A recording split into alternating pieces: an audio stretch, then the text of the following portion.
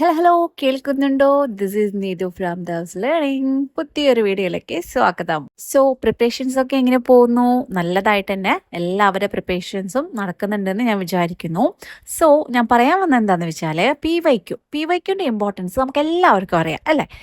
അപ്പോൾ അത് എങ്ങനെയാണ് ചെയ്യേണ്ടത്? നമുക്ക് എവിടെ നിന്നാണ് ഈ പി വൈക്യൂസ് ഒക്കെ കിട്ടുക എന്നൊക്കെ ഒരു കൺഫ്യൂഷൻസ് അല്ലെങ്കിൽ ഡൗട്ട്സ് മിക്കവർക്കും വരാറുണ്ട് അല്ലേ? പലപ്പോഴും നമ്മൾ കേൾക്കാറുണ്ട് പി വൈക്യൂന്ന് സ്റ്റാർട്ട് ചെയ്യണം, പി വൈക്യൂന്ന് സ്റ്റാർട്ട് ചെയ്യണം എന്ന് പറയാറുണ്ട്. അപ്പോൾ ഈ പി വൈക്യൂ നമ്മൾ എങ്ങനെ ചെയ്യണം? സാധാരണ പി വൈക്യൂ നമുക്ക് PSCയുടെ സൈറ്റിൽ നിന്ന് ഡൗൺലോഡ് ചെയ്തെടുക്കാൻ പറ്റാറുണ്ട്. പക്ഷേ നമ്മൾ അവിടെ ചെന്ന് സെർച്ച് ചെയ്ത് എടുക്കാന്നൊക്കെ പറഞ്ഞു കഴിഞ്ഞാൽ നമുക്ക് അതൊരു ബുദ്ധിമുട്ടായിട്ട് അല്ലേ പലപ്പോഴും എനിക്ക് തോന്നാറുണ്ട്. ഞാൻ എപ്പോഴും എവിടുന്നാ അത് കിട്ടുകയെന്ന് അന്വേഷിച്ച് കുറേ ടെലഗ്രാം ചാനലിൽ കയറി ഇറങ്ങാറുണ്ട്. അങ്ങനെ അന്വേഷിച്ചിരുന്നപ്പോഴാണ് പ്രയാണം ഇന്നലകളിലൂടെ എന്ന് പറയുന്ന ഒരു ടെലഗ്രാം ചാനലുണ്ട്. അവിടെ എല്ലാം നല്ല വൃത്തിക്ക് ക്വസ്റ്റ്യൻ പേപ്പേഴ്സ് അതിൻ്റെ ആൻസറിങ്ങും അതുപോലെ ഏതിനൊക്കെയാണ് നമ്മൾ ഇമ്പോർട്ടൻസ് കൊടുക്കേണ്ടത്, ഏതൊക്കെ ക്വസ്റ്റ്യൻസ് ആണ് നമ്മൾ നോക്കേണ്ടത് എന്നൊക്കെ പറഞ്ഞിട്ട് അവർ ഇടാറുണ്ട്. അപ്പോൾ എനിക്ക് നല്ലൊരു ഇതായിട്ട് തോന്നിയത് കേട്ടോ. കാരണം അത് മാത്രമല്ല, ഡിഗ്രി ലെവലിൻ്റെ 2021 മുതൽ 25 വരെയുള്ള അതിൻ്റെ ഒരു പി വൈക്യൂസ്, അതുവരെ 2021 മുതൽ ഇവിടം വരെ നടന്നിട്ടുള്ള എല്ലാ പി വൈക്യൂസ്, അതുപോലെ 10th ലെവല്, അങ്ങനെ സോർട്ട് ചെയ്തിട്ട് നമുക്ക് ആവശ്യമുള്ളത് മാത്രം വേണമെങ്കിൽ എടുക്കാം, ഇല്ലെങ്കിൽ ഡെയിലി അതിൽ കയറി നോക്കിയാൽ ക്വസ്റ്റ്യൻ പേപ്പേഴ്സ് ഉണ്ട്, നമുക്ക് വർക്കൗട്ട് ചെയ്യാം. അപ്പം അത് നല്ലൊരു ഓപ്ഷനാണ്. പറ്റുമെങ്കിൽ അതിലൊന്ന് കയറി നോക്കുക. ഡിഗ്രി ലെവലിൻ്റെ പി വൈക്യൂ അവർ ഇറക്കി കഴിഞ്ഞു, 10th ലെവൽ ഓൾറെഡി ഇറക്കി കഴിഞ്ഞു. ഇനിയിപ്പം LGSൻ്റെ തോന്നുന്നു കാണുന്നുണ്ടായില്ല കേട്ടോ. അതും വലിയൊരു വിലയ്ക്കൊന്നല്ല, 66ഓ അങ്ങനെ എന്തോ ആയിരുന്നു അവർ ഇറക്കിയിട്ടുണ്ടായിരുന്നത്, ചെറിയൊരു എമൗണ്ടിന് കേട്ടോ. അതില്ലെങ്കിലും നമുക്ക് അതിൽ കയറി ചെയ്ത് നോക്കണമെങ്കിൽ അതും ചെയ്ത് നോക്കാം. ഇങ്ങനെ സോർട്ട് ചെയ്ത് വെച്ചിട്ടുള്ളത് കുറച്ചും കൂടി ഒരു ഉപകാരമായി എനിക്ക് തോന്നിയിട്ടുള്ളത് കേട്ടോ. അത് കാരണം നിങ്ങളായിട്ടൊന്ന് ഷെയർ ചെയ്തതാണ്. ആവശ്യമുള്ളവർ അതിൽ കയറി നോക്കിയേക്കാം. പിന്നെ ഈ പി വൈക്യൂ എങ്ങനെയാണ് ചെയ്ത് നോക്കേണ്ടതെന്ന് വെച്ചാൽ, നമ്മൾ പി വൈക്യൂ എടുത്ത് വെക്കുക. ഒരു OMR ബുക്ക്ലെറ്റ് എന്തായാലും വാങ്ങിക്കുക, ഇല്ലെങ്കിൽ പ്രിൻ്റ് എടുത്ത് വെക്കുക.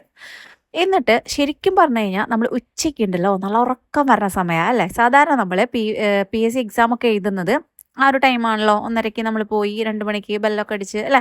അപ്പോൾ ആ ഒരു സമയം നമ്മൾ ടൈമർ സെറ്റ് ചെയ്ത് വെച്ചിട്ട് ഈ OMR ബുക്ക്ലെറ്റും വെക്കുക, ഈ ക്വസ്റ്റ്യൻ പേപ്പർ എടുക്കുക, നമ്മൾ ചെയ്ത് നോക്കുക. ടൈമറൊക്കെ ഓൺ ചെയ്തിട്ട് വേണം കേട്ടോ ചെയ്യാനായിട്ട്. ശരിക്കും നമ്മൾ PSC എക്സാം എങ്ങനെയാണോ എഴുതുന്നത് അതുപോലെ തന്നെ നമ്മൾ ചെയ്ത് നോക്കുക. എന്നിട്ട് അതിൽ എത്ര എണ്ണം കറക്റ്റ് ആയിട്ടുണ്ട്, എത്ര നെഗറ്റീവ്സ് നമുക്കുണ്ട്, അതൊക്കെ ഒരു പേപ്പറിൽ ഇല്ലെങ്കിൽ ആ OMRൻ്റെ അവിടെ തന്നെ എഴുതി വെക്കുക. എന്നിട്ട് അതിൽ തെറ്റിയിട്ടുള്ള ക്വസ്റ്റ്യൻസ് നമ്മൾ വേറൊരു നോട്ട് ബുക്കിൽ എഴുതി തന്നെ വെക്കുക കേട്ടോ. അപ്പോഴാണ് നമുക്ക് ആ ഒരു ആഴ്ചയിൽ നമ്മൾ റിവിഷൻ ചെയ്യുമല്ലോ. അപ്പോൾ ഈ ക്വസ്റ്റ്യൻസ് മാത്രം നമുക്ക് നോക്കിയാൽ മതിയാവും. അങ്ങനെ കുറേ പി വൈക്യൂസ് നമുക്ക് ചെയ്ത് കഴിഞ്ഞാൽ കുറേ അറിയാത്ത ക്വസ്റ്റ്യൻസ് നമുക്ക് ഉണ്ടാവും. അതിൽ നിന്നൊക്കെ നമുക്ക് അടുത്ത എക്സാം വരുമ്പോൾ നമുക്കത് ഉപകാരമായിട്ടേ വരുള്ളൂ. അതുപോലെ തന്നെ നെഗറ്റീവ്സ് കുറയ്ക്കാനും ഈ ഒരു പി വൈക്യൂ നമ്മൾ പ്രാക്ടീസ് ചെയ്യുന്നതിലൂടെ നമുക്ക് പറ്റും.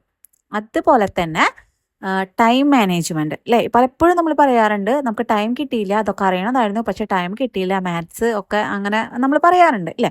ആ ഒരു പ്രശ്നം സോൾവ് ചെയ്യാനും നമുക്ക് ഈ ഒരു മെത്തേഡിലൂടെ പറ്റുന്നതാണ് കേട്ടോ. ഇനി സമയമുള്ളവരാണെങ്കിൽ എന്താ ചെയ്യേണ്ടതെന്ന് വെച്ചാൽ, ഒരു ക്വസ്റ്റ്യൻ എടുക്കുമ്പോൾ നമുക്കത് കിട്ടാത്ത ക്വസ്റ്റ്യൻ ആണെങ്കിൽ അതിൻ്റെ അതുമായി റിലേറ്റ് ചെയ്തുള്ള ഫാക്ട്സ് അതും കൂടെ അന്വേഷിച്ച് നമ്മൾ പഠിക്കുകയാണെങ്കിൽ ആ ഒരു ടോപ്പിക്കിൻ്റെ കുറച്ച് ഭാഗം നമ്മുടെ കഴിയും കേട്ടോ. അങ്ങനെ ചെയ്താലും അതും നമുക്ക് ഉപകാരം തന്നെയാണ്. ടൈം ഉള്ളവർ അങ്ങനെ ചെയ്യുക, ഇല്ലാത്തവർ അത് എഴുതി വെക്കുക, അത് റിവൈസ് ചെയ്തുകൊണ്ടേ ഇപ്പോഴും നമ്മൾ പറഞ്ഞു കേൾക്കുന്നൊരു കാര്യമല്ല, PSC എന്ന് പറഞ്ഞ ഒരു കടൽ പോലെയാണ്, അതിൽ മുങ്ങിത്തപ്പാൻ അങ്ങനെയൊക്കെ നമ്മൾ പറഞ്ഞു കേട്ടിട്ടുണ്ട് അല്ലേ? അപ്പം ഈ ഒരു പി നമ്മൾ പ്രാക്ടീസ് ചെയ്യുകയാണെങ്കിൽ നമുക്ക് അറിയാൻ പറ്റും ഏതൊക്കെ ഭാഗത്തു നിന്ന് എങ്ങനെയൊക്കെയാണ് ക്വസ്റ്റ്യൻസ് വരുന്നത്, ഏതിനൊക്കെ നമ്മൾ ഇമ്പോർട്ടൻസ് കൊടുക്കണം എന്നുള്ളതൊക്കെ. അപ്പം കുറേ വലിച്ചു വാരി പഠിക്കുന്നതിനേക്കാളും നമ്മൾ സെലക്ട് ചെയ്തിട്ട് പഠിക്കുകയാണെങ്കിൽ നമുക്ക് ടൈമും കുറേ ലാഭമാണ്.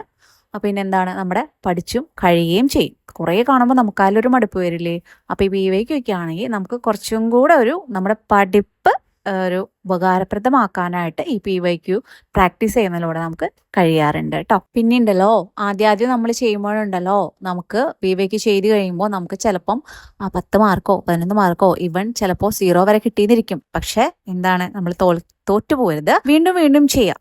ചെയ്തിട്ടുണ്ടല്ലോ നമ്മുടെ നെഗറ്റീവ്സ് കുറയുന്നത് നമുക്ക് തന്നെ ഫീൽ ചെയ്യാനായിട്ട് പറ്റും. അതുപോലെ നമ്മുടെ ടൈം മാനേജ്മെൻറ്റ്, ഇതൊക്കെ ഒന്ന് നല്ലപോലെ മാറ്റം വരണമെങ്കിൽ നമ്മൾ പി ചെയ്തേ പറ്റുള്ളൂ. ഏതൊരു ബിഗിനർ ആയാലും ഇനി ഇതിലങ്ങ് മുങ്ങിക്കിടക്കുന്നവരായാലും PYQ ഏറ്റവും ഇമ്പോർട്ടൻ്റ് ആയിട്ടുള്ള ഫാക്ട് തന്നെയാണ് PSCയുടെ കാര്യത്തിൽ. അപ്പം ഇത്രയ്ക്കുള്ളൂ.